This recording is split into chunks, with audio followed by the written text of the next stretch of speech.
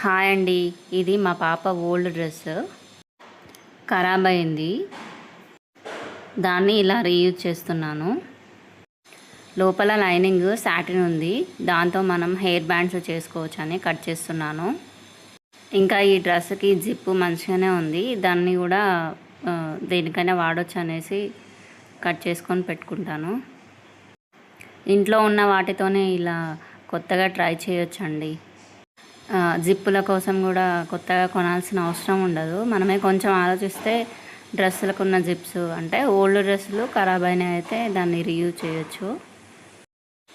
ఇక్కడ hair band కోసం 3 inches క్లాత్ని ఇలా 2 లేయర్స్ కట్ చేసుకున్నాను.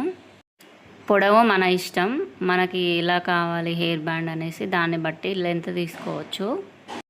అయితే దాన్ని ఒక సర్కిల్ షేప్లో 2 సైడ్లు, ఒకవేళ 2 పీసులు అయితే 2 సైడ్లు స్టిచ్చెస్ వేసుకోవాలి. సర్కిల్ లాగా రావాలి. అయితే ఇలా ఒకదాన్ని లోపలికి ఇలా మలుచుకొని పైనుండి ఇంకో లేయర్ని ఇట్లా పెట్టేసుకొని స్టిచ్ వేసుకోవాలి లాస్ట్ వరకు.